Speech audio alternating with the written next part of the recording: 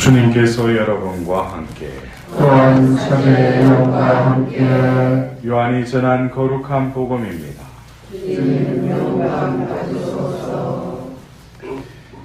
그날 곧 주간 첫날 저녁이 되자 제자들은 유다인들이 두려워 문을 모두 잠가놓고 있었다. 그런데 예수님께서 오시어 가운데에 서시며 평화가 너희와 함께 하고 그들에게 말씀하셨다.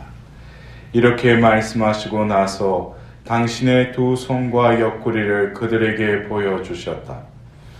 제자들은 주님을 뵙고 기뻐하였다. 예수님께서 다시 그들에게 이르셨다. 평화가 너희와 함께. 아버지께서 나를 보내신 것처럼 나도 너희를 보낸다. 이렇게 이르시고 나서 그들에게 숨을 불어넣으며 말씀하셨다. 성령을 받아라. 너희가 누구의 죄든지 용서해주면 그가 용서를 받을 것이고 그대로 두면 그대로 남아있을 것이다. 12 제자 가운데 하나로서 쌍둥이라고 불리는 토마스는 예수님께서 오셨을 때 그들과 함께 있지 않았다. 그래서 다른 제자들이 그에게 우리는 주님을 배웠소 하고 말하였다.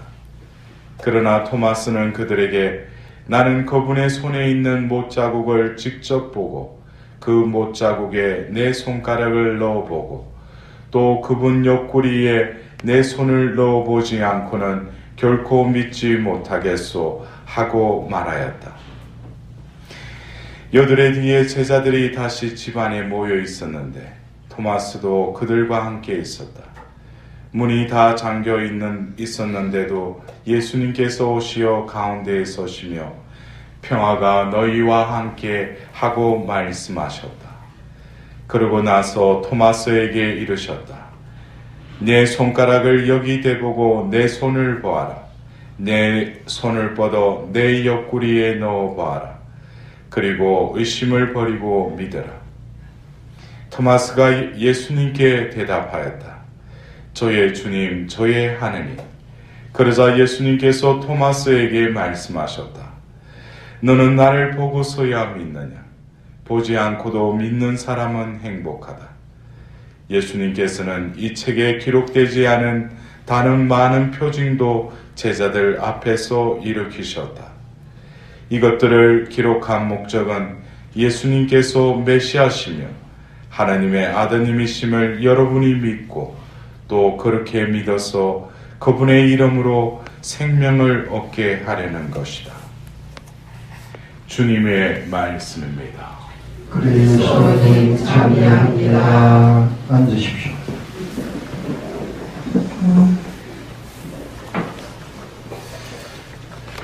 우리가 부활 대축일을 맞이하고 또 우리 그리스도인의 신앙의 정점이자 목적이기도 한 이 부활 신앙, 21세기에 새로이 이 부활 제2주일을 하느님 자비주일로 제정케 하시고 오늘 우리는 다시금 이 부활과 더불어서 이 부활 제2주일 왜 하느님이 이 자비주일을 또 제정케 하셨는가?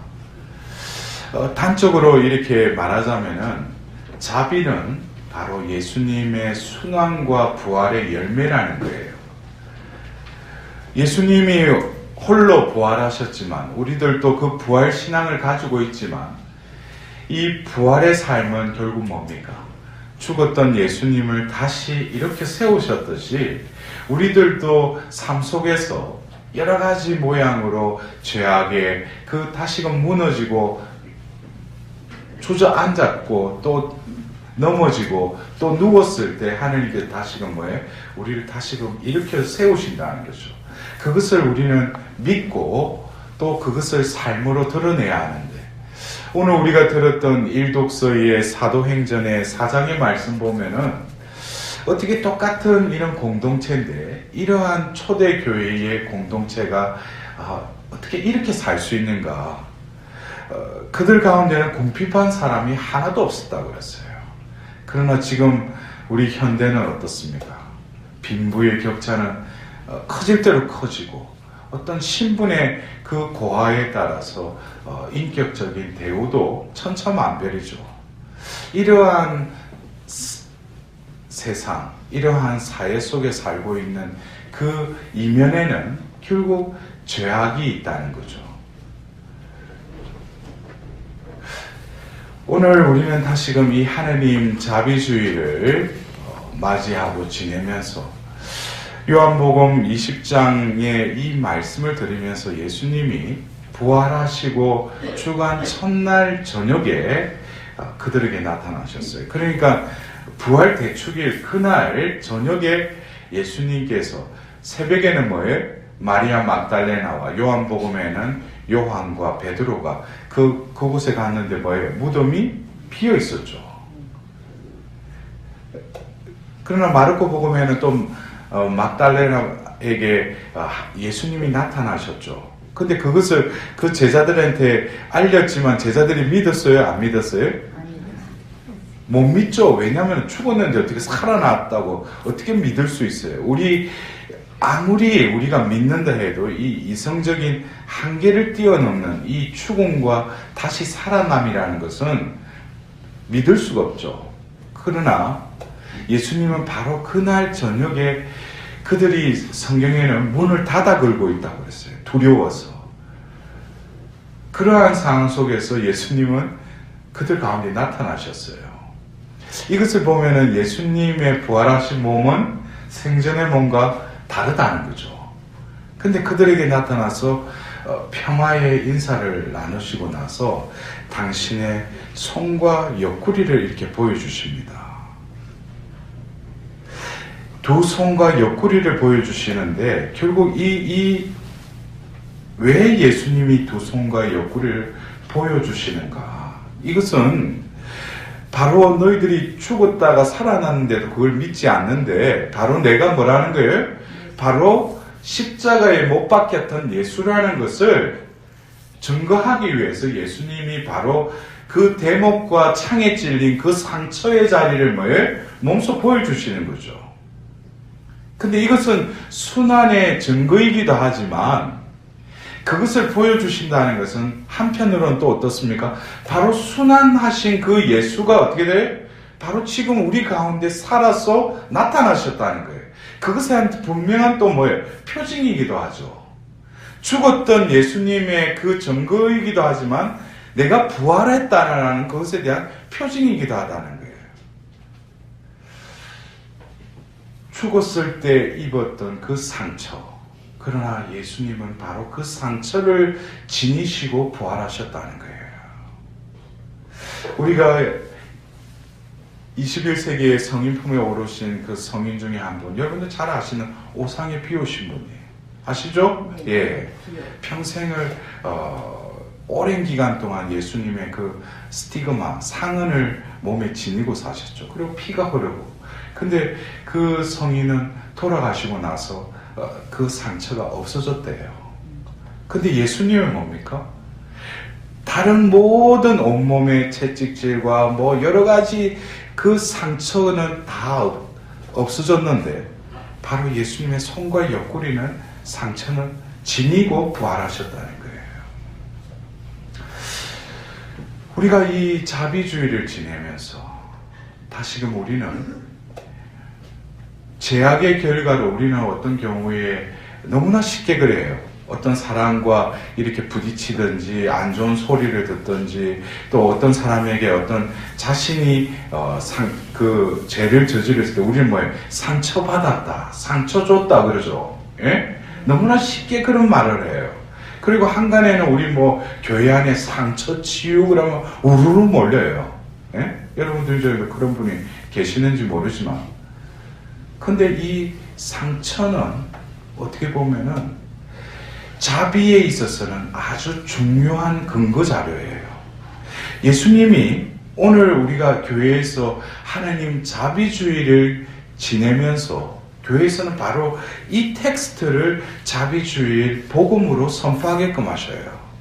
근데 오늘 예수님이 보여주시고 나서 또 그 자리에 있지 않던 토마스가 또 무슨 근거로 예수님을 믿지 못하겠다는 거예요? 내 손가락으로 그분 손에 그 못자국하고 그 옆구리에 그 상처를 내가 한번 쑤셔보면은 내가 믿겠다 이거예요. 근데 예수님은 사라지셨어요. 근데 예수님 뭐예요? 또 그걸 다 어떤 방법, 신이시니까 또 알고 뭐예요? 여드레 뒤에 다시금 이제는 토마스가 있을 때 또 나타나셔요. 그리고 그 상황에는 없었는데 또 토마스에게 그대로 이야기하셔요. 네 손가락을 내 손을 봐라. 네 손을 뻗어서 내 옆구리에 넣어봐라. 의심을 버리고 믿으라 그래. 여기서도 뭡니까?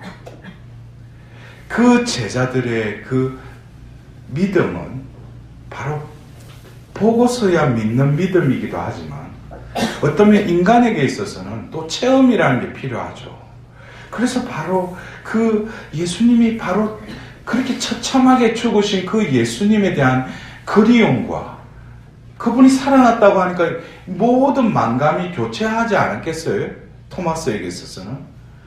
근데 그가 얼마나 그 예수님이 살아났다면 내가 그분을 한번 만지고 싶다고. 그러나 뭐예요? 그 상처의 자리를 만지고 싶다는 거예요. 왜? 그렇게 하면은 그거는 그분을 바로 부활하셨다는 근거가 되기 때문에. 근데 예수님이 다시금 그 상처로 그들에게 보여주셔요. 여러분들 우리가 이사야서 53장 5절에 보면은 그분이 어스러진 것, 그분이 그렇게 상처를 입으셨지만 그의 상처로 우리는 뭐였다고요? 나았다 그랬어요. 그의 상처로 뭐예요? 우리는 나았다고 그랬어요. 우리가 이 자비주일날 어떻게 보면 죄를 용서해 주시는 그 하나님의 속성이 하나님의 자비예요. 그래서 우리가 그래요. 아무리 죄를 짓더라도 고해소에 가서 제대로 고백만 하면 뭐예요? 죄사함을 받죠. 이것은 하나님의 자비예요. 우리가 여러분들 그래요. 내 삶을 바라볼 때 안 좋은 삶의 기억들은 많지만 하나님이 나에게 그토록 베풀어 주신 하나님의 사랑과 자비는 특히 오늘 우리가 자비주의를 지내면서 하나님의 자비가 얼마나 풍성했는지를 여러분들 얼마나 느끼고 살아가셔요. 그래 놓고 나는 뭐예요? 과거에 내가 아로새겨진 상처는 또 깊이 내 안에 또 새기고 살아요. 세월이 지나도 뭐예요? 그 상처 하면은 또 그 매너리즘에 빠져가지고 또 울고 보면 또 분노를 느껴요. 근데 그 상처의 자리는 바로 오늘 예수님이 왜 그분이 십자가에 순환을 받으셨는가? 그분이 왜 상처를 받으셨는가? 그것은 우리의 병을 낫게 하고 우리를 낫게 하기 위해서 그분이 속죄 제물이 되신 거죠. 우리는 다시금 이 자비주의를 통해서 그 순환의 공로가 부활로 이어지면서 이 부활 8부 축제의 마지막 날인 오늘 하느님께서는 뭐예요? 자비를 아낌없이 너희들에게 뭐예요? 부어주겠다, 베풀어주겠다는 거죠. 그래서 예수님의 그 상처의 자리는 순환의 증거이요 또 부활의 징표이기도 하지만 바로 20세기 한 수도자에게 나타나셔서 그리라고 하신 자비의 예수님의 그 그림에도 바로 물과 피가 흘러나오는 그곳이 예수 성심의 상처의 자리라는 거예요. 바로 우리는 오늘 이 자비주의를 지내면서 그냥 자비를 베풀어 달라는 게 아니라 구체적으로 예수님은 당신의 상처의 자리에 그 출구를 통해서 뭐예요? 물과 피가 흐르듯이 우리에게 자비를 베풀어 주겠다는 거예요. 그렇다면은 우리에게 자비가 임하시는데 그러면 어디를 통해서 들어오는가? 그것은 우리가 잊지 못했고 구속당했고 어두웠던 잊고 싶은 그 상처의 자리를 통해서 예수님의 자비가 흘러 들어온다는 거예요. 그러나 그 자비는 내 존재를 온전히 채울 때 내가 이때까지 잊어버리고 내가 그것을 묻어버리고 싶었던 너무나 내 마음속에 어두운 자리였는데 그 자비가 임하시면 어떻게 돼요? 바로 예수님의 그 상처의 자리는 부활의 징표가 되듯이 우리의 그 상처를 낫게 하신다는 거예요. 더불어서 내가 진정 자비를 입었다 하면 이제 더 이상 부끄럽고 수치스럽고 지워버릴 그 상처를 뭐예요? 이제 자비로 인하여 회복되어서 그것을 통해서 뭡니까?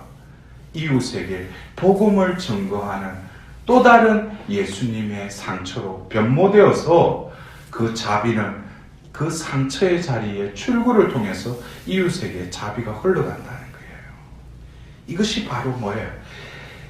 하나님의 자비하심이 우리에게 임하실 뿐만 아니라 우리들이 뭡니까? 바로 자비의 사도로 변화시켜 주신다는 거예요.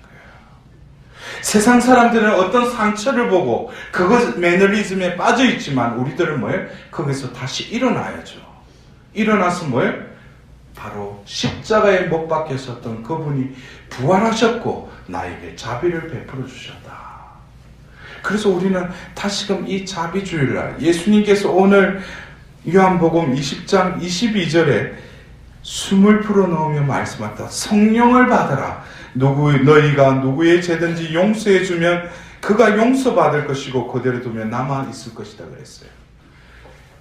오늘 이 독서에 그 요한 1서를 통해서 물과 피를 통하여 세상에 오신 예수 그리스도를 증언하신 분이 성령이시다고 그랬어요. 바로 요한복음 20장 22절에 성령을 받아라. 이것은 뭐예요? 너희들은 자비를 입으라는 거예요. 자비를 받아라는 거예요. 성령을 통해서 뭐예요? 그 자비가 임하시면 내 죄를, 내 상처를 치유해 주시고 회복해 주실 뿐만 아니라 나를 통해서 그 자비가 흘러가면 뭐예요? 내가 도저히 용서 못하는 그 이웃도 뭐예요? 내가 용서하는 것이 아니라 그 자비로 용서하게끔 해주신다는 거예요. 그럴 때 진정 우리가 믿기지 않는 오늘 일독서의 그 사도행전의 초대교회는 바로 자비 공동체였어요. 하나님의 죽으심과 부활을 믿는 그 공동체, 그 공동체에 자비의 영이 임하셔서 그들은 하나님 안에서 한마음 한뜻이 되었습니다. 오늘 우리 특별히 부활 8부 축제 마지막 날이기도 하며 부활 제2주일 또 21세기부터 새롭게 전례력에 등재된 이 하느님 자비주의를 지내면서 예수 그리스도의 그 부활의 열매인 그 자비를 온전히 받고 그 자비가 우리 안에 머물 뿐만 아니라 그 자비를 증거할 수 있는 자비의 사도가 될 수 있도록 하나님께 다시금 자비를 구하도록 합시다.